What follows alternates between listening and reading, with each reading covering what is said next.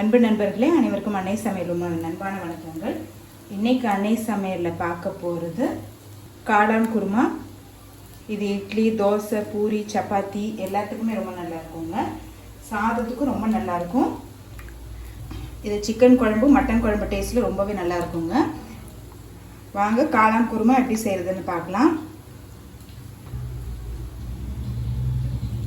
கடாயில் தேவையான அளவு எண்ணெய், ஒரு பட்டை, ஒரு கிராம்பு, ஒரு டீஸ்பூன் சோம்பு, கொஞ்சம் கருவேப்பிலை, ஒரு வெங்காயம்,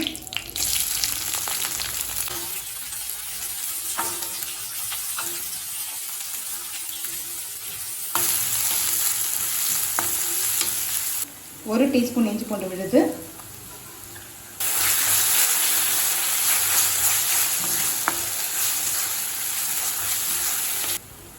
ஒரு தக்காளி,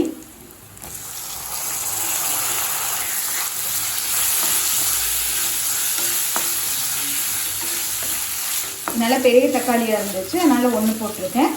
சின்ன தக்காளியாக இருந்ததுன்னா 2 கூட போட்டுக்கோங்க. ஒரு டீஸ்பூன் மிளகாய்த்தூள், கொஞ்சம் மஞ்சள்தூள், அரை டீஸ்பூன் கரம் மசாலா.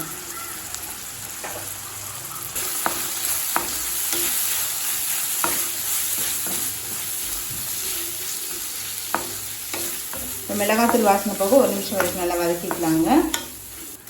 இப்போ மிளகாத்தூள் வாசனை போக 1 நிமிஷம் வரைக்கும் நல்லா வதக்கியாச்சுங்க. எண்ணெயும் பாருங்கள் நல்லா பிரிஞ்சு வந்துருச்சு. இப்போ அடுத்தது இதில் 200 கிராம் மஷ்ரூம் சேர்த்துக்கலாம். தேவையான அளவு உப்பு,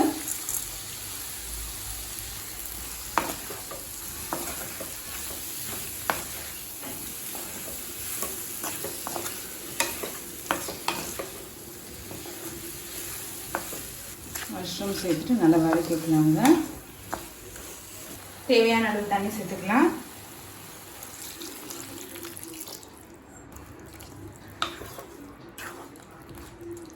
மூடி போட்டு மஷ்ரூம் நல்லா வேகிற வரைக்கும் வெயிட் பண்ணலாங்க.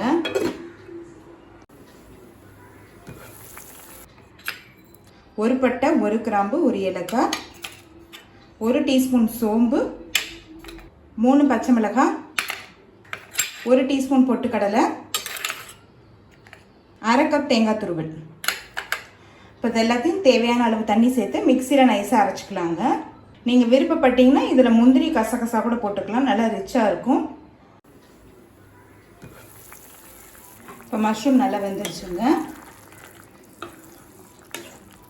இப்போ அரைச்சி வச்சுருக்க விழுதை நம்ம இதில் சேர்த்துக்கலாம். நல்லா மிக்ஸ் பண்ணிடுங்க. 1/4 கப் அளவு தண்ணி சேர்த்துக்கலாங்க. இப்போ தேங்காய் சேர்த்துட்ட பிறகு ஒரு 2 நிமிஷம் ஸ்லோவிலே இருக்கட்டுங்க. இப்போ தேங்காய் சேர்த்துட்டு நல்லா கொதிச்சிருச்சு. எண்ணெயும் பாருங்கள் நல்லா பிரிஞ்சு வந்துருச்சு. இறக்க போகிறதுக்கு முன்னாடி அரை டீஸ்பூன் கரம் மசாலா சேர்த்துக்கலாம். லாஸ்ட்டில் கரம் மசாலா போட்டிங்கன்னா டேஸ்ட் ரொம்ப நல்லா இருக்குங்க, வாசனை ரொம்ப நல்லாயிருக்கும்.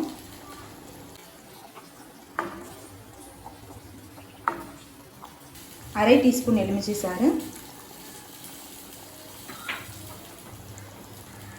இப்போ மஷ்ரூம் குருமா ரெடி ஆகிடுச்சுங்க. நம்ம சர்வ் பண்ணிடலாம். இப்போ சுவையான காளான் குருமா ரெடி ஆகிடுச்சு. ரெசிபியை ட்ரை பண்ணி பாருங்கள், கண்டிப்பாக உங்களுக்கே பிடிக்கும். ரெசிபி பிடிச்சிருந்ததுன்னா வீடியோவை லைக் பண்ணுங்கள், கமெண்ட் பண்ணுங்கள், ஷேர் பண்ணுங்கள். இது வரைக்கும் அன்னை சமையல் சேனலை சப்ஸ்கிரைப் பண்ணாதவங்க சப்ஸ்கிரைப் பண்ணுங்கள். தேங்க்யூ.